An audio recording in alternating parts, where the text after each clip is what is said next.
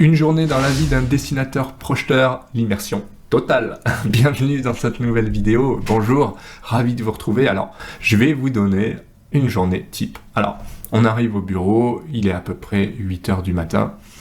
On arrive donc dans le bureau d'études, on allume son PC, on salue les collègues.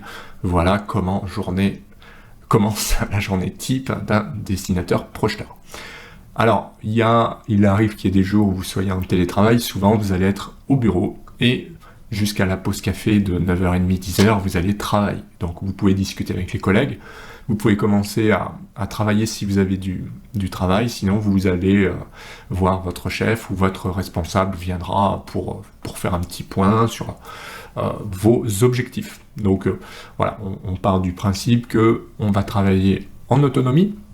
Ça, c'est si vous avez de l'expérience, sinon, effectivement, vous serez peut-être épaulé, vous aurez un collègue à côté de vous qui va vous aider. En général, c'est plutôt type open space maintenant, où vous allez avoir des collègues qui discutent, le téléphone qui sonne, c'est assez vivant en fait en bureau d'études, et puis vous allez avoir des contraintes de projet, peut-être un architecte qui va vous appeler, peut-être que c'est à vous d'appeler le plombier parce qu'il y a des problèmes sur les plans, etc. Voilà, donc c'est pas un travail où on reste tout seul dans son coin, mais quand même on a des synthèses à faire, hein. Ça c'est plutôt ce que je faisais bureau d'études structure. Vous allez faire vos plans accompagnés de tous les corps d'état qui vont vous envoyer des plans, donc vous aurez des modifications. Bref, petite pause café, tranquille. Vous allez reprendre jusqu'à midi. Midi, soit vous faites un resto avec les collègues, soit vous mangez à la cafette avec eux, soit vous allez faire un tour parce que vous avez décidé de faire une petite pause. Ensuite, moi, début d'après-midi, on reprend tranquillement. C'est pas là où on est le plus efficace, à part si vous buvez beaucoup de café et que vous êtes à l'aise l'après-midi, en début d'après-midi, mais voilà, moi j'en profitais pour regarder un petit peu ce que j'avais fait, ce qui me restait à faire, est-ce que par rapport à la fin de la journée on est bien, est-ce que ça vaut pas le coup de regarder une petite vidéo pour se motiver, et puis voilà, une petite vidéo de YouTube pour se former sur un logiciel ou être un petit peu plus efficace, ça peut être sympa. Ensuite on reprend bien sûr avant la pause café, on essaye d'avancer sur ses plans. Petite pause café de l'après-midi, c'est l'occasion d'être un petit peu plus cool.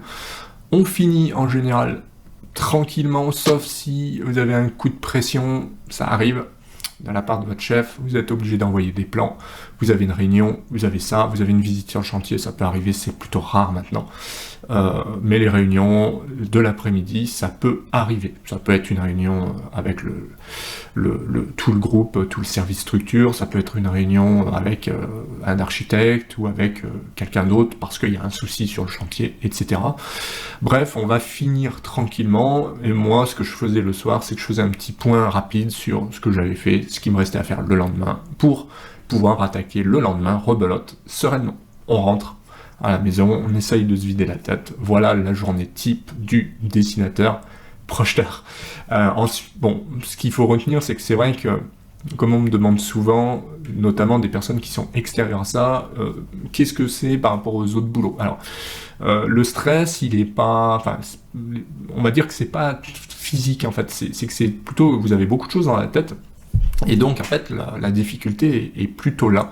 C'est que vous avez beaucoup de choses à gérer, vous avez beaucoup de choses auxquelles penser, peut-être vous serez bloqué sur des choses et vous allez faire des hypothèses, donc il faudra lever ces hypothèses, il faudra envoyer des mails, donc tout ça, il faut le noter, c'est important. Donc, soit vous le faites tout de suite, ça peut être bien, soit vous le notez et le lendemain, vous envoyez pas mal de mails, tout ce qui vous a bloqué, donc il n'y a pas de mauvaise méthode en soi.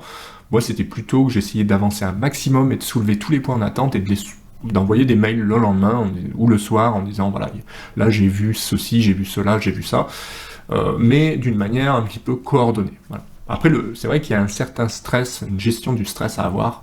Il faut être un petit peu cool parce qu'on peut vite péter un câble.